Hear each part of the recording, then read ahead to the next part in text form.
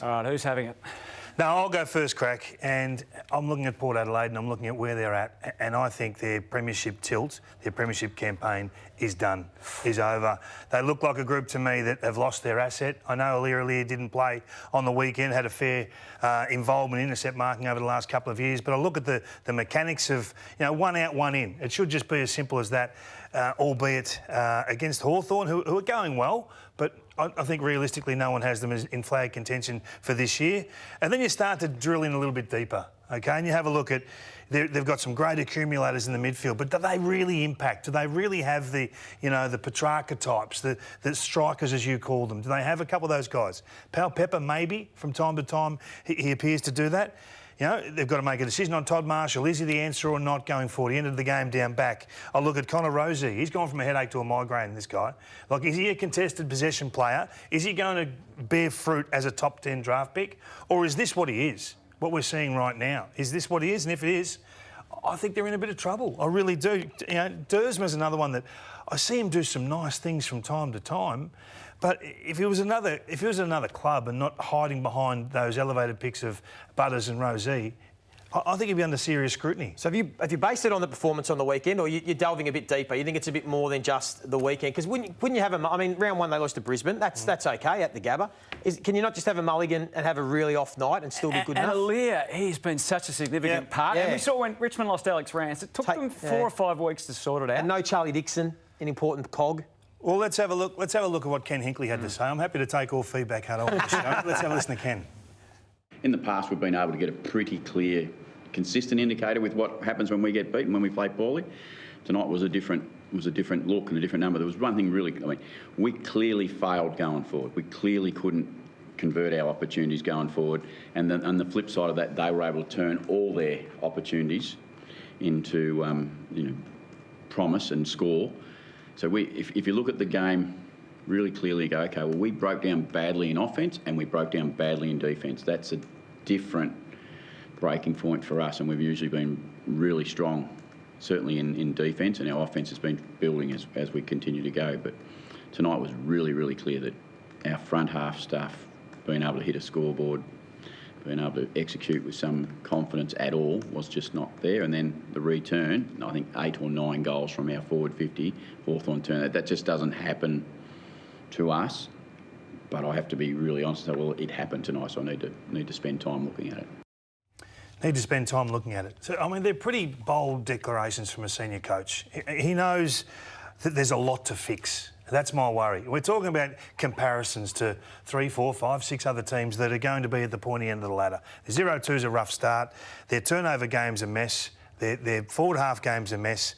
Hawthorn walked the ball down the ground. I haven't seen a ball movement profile like that for years. I think they kicked 9 goals out of their defensive half. Have a look at some of these bits of vision. And we're only going with a couple. So there's young McDonald, OK? I just want to show this for the Hawk fans as well. Just enjoy what this guy was able to do. But this is a standard play. So you're organised here. And he jogs straight past. He didn't jog. He sprints straight past about 6 of them. Where's their defence gone? There's the ruckman trying to get back. The rest are all ad hoc. They're all at sea. This is from the defensive 50 as well. You can't start from much further back than that. So it's not a shallow turnover. It's not a corridor turnover. This is basic 101 grid defence. I don't know where Houston's going. I don't know where Burne-Jones is going or what the instruction is, what the chat is. Marshall comes back with Gunston, then he doesn't really know what he's doing. And then all of a sudden you've got a 2-on-1 goal side in a 60-metre paddock. And then they just play a little bit of keepings off for 30 metres and are basically laughing as they stroll into open goal. So that's why I'm not concerned. I just think they've blown their opportunity. I just think that if it's Charlie Dixon or bust in the forward line, that's too much responsibility for one guy. And we've talked about that over the last couple of years. I think they've missed their opportunity with home finals, home prelims, and unfortunately I think that's the end of the road. Do you, Joey? I'm still going to keep a little bit of faith in them. I think that was certainly a poor performance. But my first crack I was at Marvel Stadium yesterday, and I think Bombers fans will be disappointed because Ben Rutten was outcoached. He was outcoached by Chris Fagan because that game was clear as day at half-time. Everyone could see whichever midfield was going to get on top in that contest was going to have the ascendancy and win that game of football. And Chris Fagan was able to identify it and do something about it first. So we'll just take a listen to what he had to say first, and then we'll have a look at what Essendon decided to do. Zach Merritt had his own ball in the first quarter, and You know, he was kicking it really well inside 50 to targets in there. So Jared Berry was given the role about 5 minutes into the second quarter, and I think it'll be fair to say he did a terrific job. Zach Merritt still got a bit of the ball, but he wasn't slicing us like he was in the first quarter. So Zach Merritt had the 21 disposals, 8 contested and 4 clearances at half-time. So they put Berry onto him during that second quarter. And then this is what it looked like in the second half. So in the second half, Merritt wasn't afforded any time and space. Berry was on his hammer the whole time. Now, this wasn't a full-on tag. It wasn't completely for Berry not to touch the ball, and it didn't affect Brisbane's offence in the way they played. But he made life difficult for Zach Merritt, and it took away his influence. He only had the 10 disposals in the second half. This is the contrast. This is inside Brisbane's forward 50. There's Parrish. He just allows Lachie Neale to win an easy clearance, which sets up a goal. They didn't even pay any respect to him, let alone have a tag. They just allowed him to cruise around, and everyone could see that third quarter, Lachie Neale was separating the game. So there's Berry again, lays the tackle on Merritt. Lachie Neale again inside 50, kicks a goal. So I just thought it was really disappointing, because when you look at the numbers for this is the second half alone. Yeah, wow.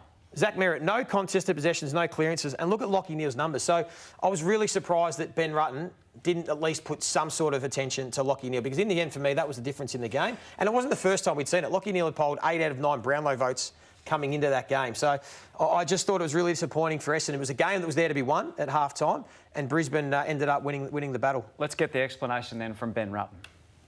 I think he was probably more influential in the second half. They started to get some ascendancy around clearances. So a bit of the decision-making around that was, the scoreboard does play an impact on that as well. We don't want to get too defensive at stoppages, because we were creating some scoring opportunities from them. That was one part of our game where we created some really good looks, but didn't quite hit the scoreboard the way we would have liked. And he's just a really classy, crafty player as well. So, I think his influence was more in the second half, and the decision for us was, how defensive do we want to get at stoppage when we actually want to still create some scores. So exactly when you're saying they should have made the decision to tag, because the numbers in the second half are hindsight numbers. Yeah. It's easy for us to sit back and say, oh, they could have done this, this and this, but it's all in hindsight. So at what point would you have declared, OK, this game's sliding, we need to tag him? Well, it would have been some stage in that third quarter when it was the stoppages and the clearance work was tipping Brisbane's way.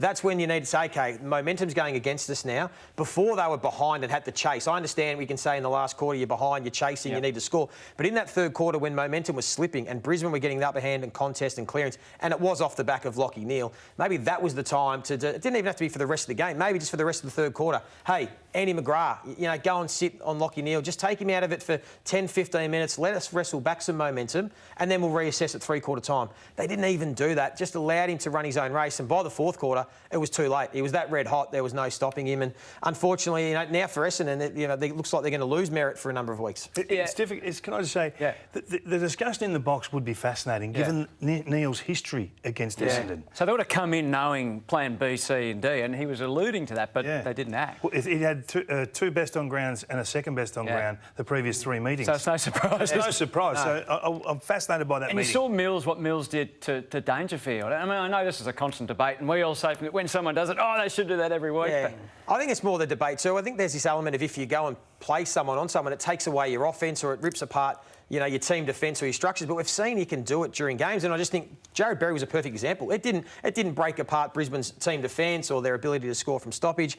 So it was quite disappointing. But in saying that, I'm a big rap for Rutten. I think what he's done with Essendon and the system they've got them playing has been great. Just that one decision was probably really pivotal in the game yesterday. So the postscript obviously was the injury to Zach Merritt so late in the game, which you alluded to, the dreaded... Right there, that was it. That was 2 minutes to go in the game. Yeah. And ironically, it was Jared Berry who sat on him all second half. So that's a big blow now, because now it does leave 6 to 8 weeks. Ooh. And they've got Melbourne coming up this week, Kingy, Essendon. So they could get zip and 3 makes it extremely hard to play finals. I know they did it last year coming from zip and 2, but they only had to win 11 games last year. It was a bit of an anomaly to play finals. So do they let Petrarca and Oliver? Does he stick to his system again, Ben Rutten, or now without Merritt, does it change it up and maybe they just have to have a bit of a plan? What would you do?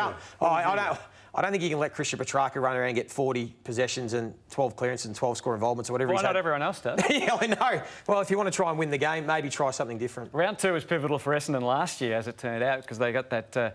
They lost all those injured players over in Adelaide. Remember, they got beaten by Port Adelaide. That opened up opportunity. Darcy Parish went into the middle. So that's what happened last year. Who knows whether they'll Might find someone else now that gets a chance.